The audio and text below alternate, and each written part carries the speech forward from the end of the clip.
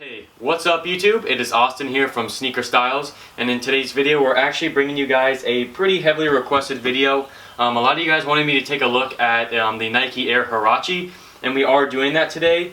Now this is actually, unfortunately, not my pair of shoes. This is actually one of my best friends, one of my closest friends in real life, my boyfriend Cisco. He actually bought these off of Nike.com. And was like, you know, he was kind enough to say, hey, you want to use these on the channel? So I was like, hell yeah. So huge shout out to my boyfriend Cisco. He did not ask me to do this, but I will leave his Instagram here at the bottom of the screen. If you guys could go give him a quick follow, maybe leave a comment saying, you know, Austin sent me or something like that. It would be really cool to see that.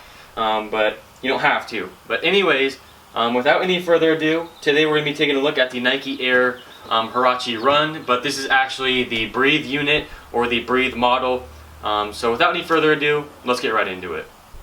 So, like I said earlier, we are taking a look at a pair of Huaraches. Now today we do have the triple white colorway, white on white on white.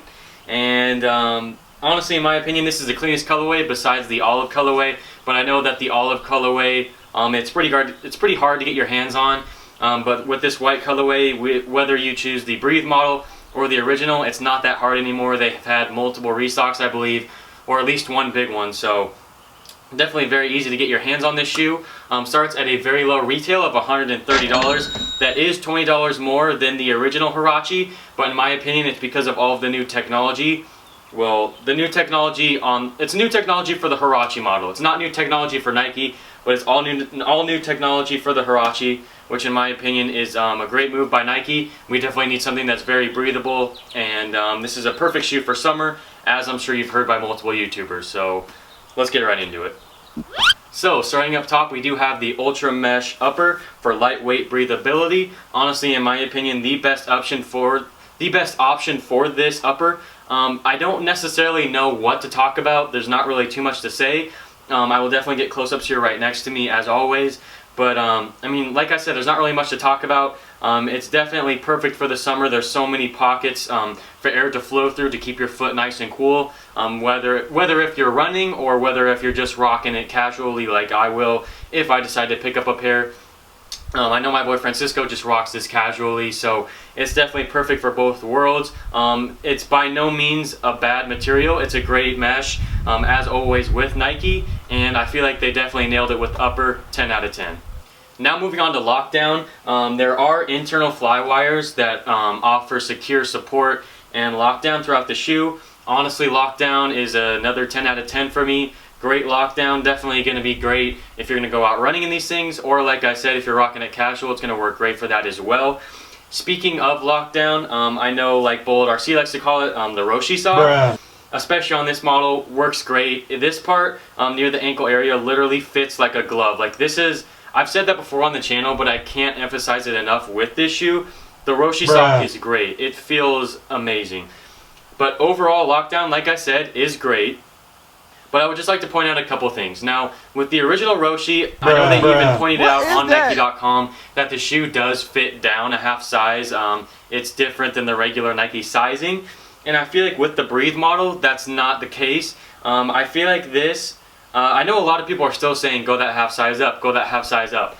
But I think it's all opinion, and you definitely need to try these things on in store, in person, before you buy them. Because me and Francisco alike both agree that, you know, we're both size 10, but we both agree that we'd rather have a 9.5. Now, this can all be opinion, but I definitely would try it on in store. I mean, I think if you go that half size up, it's going to feel like just a huge boot. It's going to feel like you're wearing Timberlands, because the shoe already feels boot-like at size 10, and that's my regular true size. So I'd recommend going in store, but just for me, I would have gone a half size down, but that's all opinion. So moving on to the midsole, we do have a Phylon foam midsole that is corded out for more weight reduction. Honestly, great in my opinion. You know, like I said earlier, this whole shoe is going for the lightweight, breathable, summer type-esque shoe.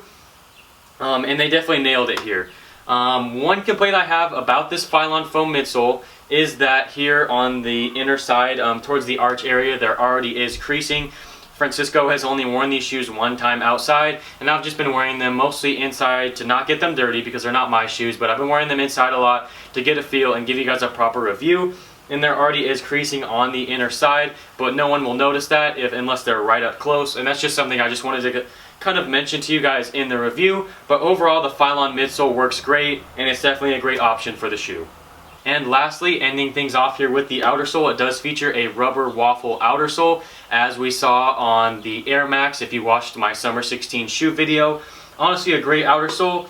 They promote on the website, on Nike.com, that it provides more traction for the user. I can't really attest to that. I definitely think it's a great outer sole, but I don't know if it gives you more traction, but at the end of the day, it's all preference. And one thing I would like to mention is you can see the insole through the outer sole, and I think it's a definitely awesome touch. I will throw a close-up here right next to me.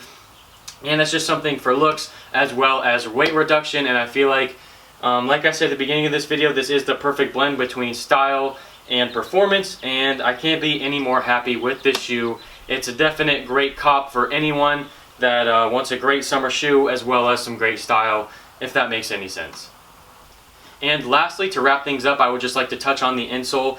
Now, it is a very breathable mesh type material, pretty much like everything else on the shoe, but comfort on it is just not the best. And if you guys would like to, definitely swap that out for something a little bit more comfortable. Now, keep in mind that if you do swap that out, you are going to lose some of the breathability of the shoe, and it may be a little bit heavier, but that's just preference. If you want a little bit more cushion within the shoe, if you are going to be running in it, definitely switch out the insole. So overall, in conclusion, I would like to rate this shoe a very high 9.5 to 10 out of 10. Great shoe for the summer. Which one you choose, whether you choose this or the original Roshi model, not Roshi, what the hell, if you choose this or the original Huarache model, is all up to you. It's all preference. But like I said, overall, great shoe for the summer, 9.5 to 10 out of 10. So again, I would like to say a huge thank you to Francisco for giving me his shoes to review for these past couple of days. If you guys could, make sure to give him a quick follow on Instagram. Tell him I sent you. If you guys are new to the channel, make sure to click subscribe down below. Check out some of my older videos on the channel. Drop a quick like rating, and I'll see you guys later this week.